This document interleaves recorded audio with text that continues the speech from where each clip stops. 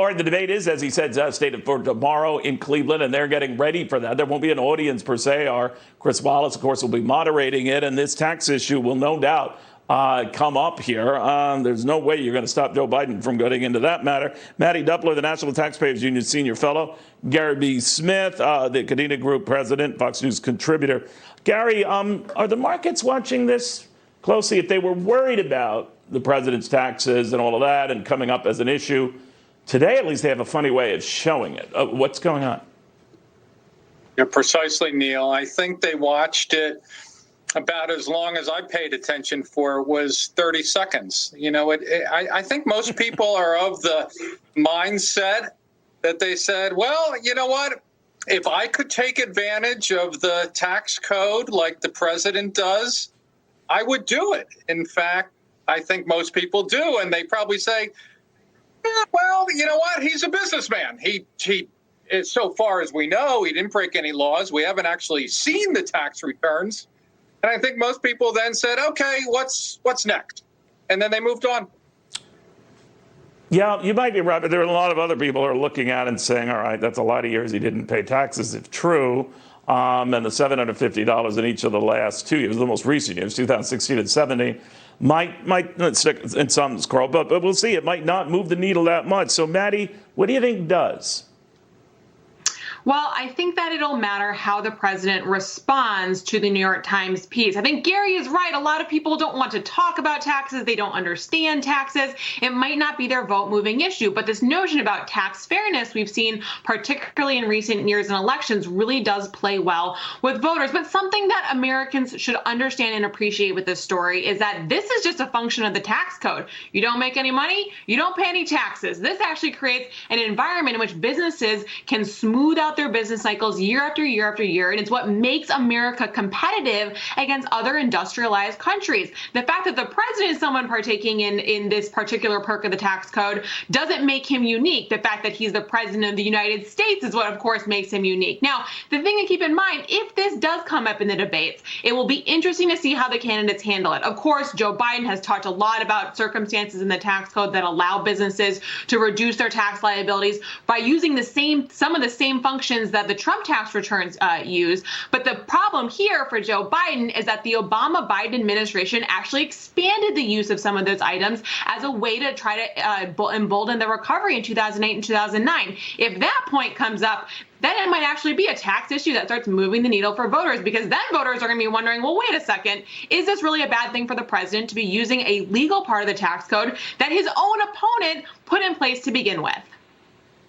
All right, there's a lot we don't know about those taxes and what created what, whether it was just debt or, research and development, the kind of thing that normally would give you a write-off here. We just don't know. But Gary B., I think Mattie's right to say this issue of tax fairness has come up again and again. I notice in my own state of New Jersey, where they just hiked the top rate to almost 11%, they're looking at doing the same in California.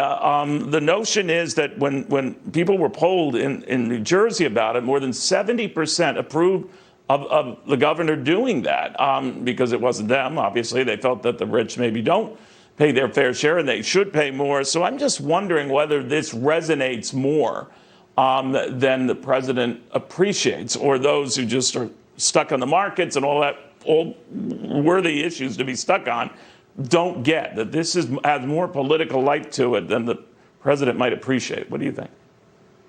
Well, you make a good point. Mattie made some really great points. I think that the president's best tack on this is to kind of educate people what the tax code is for. It's not really a fairness document. If it was, we'd eliminate every single deduction that there is and charge everyone probably a flat tax with, looking out for the poverty level and stuff like that. But that's not what the tax code is for. And Trump probably needs to make that point. The tax code is a series of incentives and disincentives. It incentivizes marriage, for example.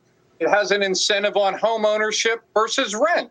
And it has an owner. And the big incentive that Trump should point out is it incents people to build businesses. You could argue that he's done a bad job of building businesses. That's not the issue. But say, look, I'm building businesses. I'm taking advantage of what the tax code wants me to do. If you want a fairness flat code, and we need to look elsewhere because that's what not what the IRS tax code is there to do. I don't think a lot of people understand that, unfortunately. No, that's a good point. You know, Mattie, another thing, too, we could talk about the tax code that can influence behavior. If taxes get too high, it could influence behavior as well. I suspect a good many of those rich folks being targeted in New Jersey are going to leave New Jersey. And all of a sudden, we've heard from Jeffrey Gundlach, the bond fund mega gazillionaire, who's now contemplating leaving California because he's got a big old target on his back, and rich people do in general. Then what?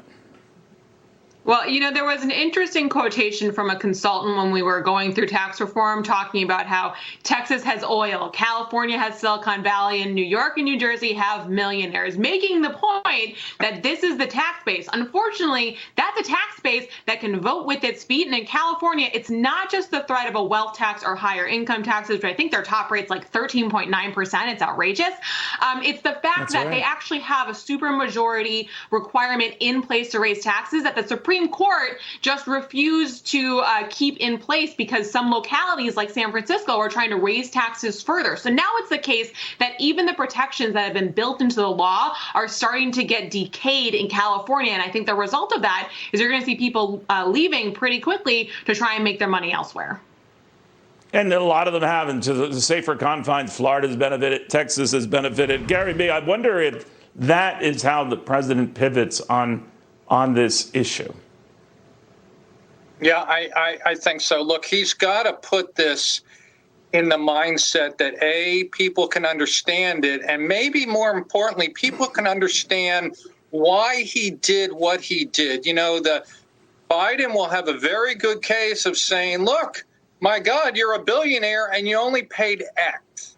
That is a great place to start. And Trump is really going to have to do a good job discussing, you know, the points you brought up, the points Mattie brought up. It's not going to be an easy task, to be honest with you, because most people pay, regardless of their income level, a heck of a lot more than $750 a year. All right. Yeah, it's going to be wild. We'll see how they sort this out, if they sort this out.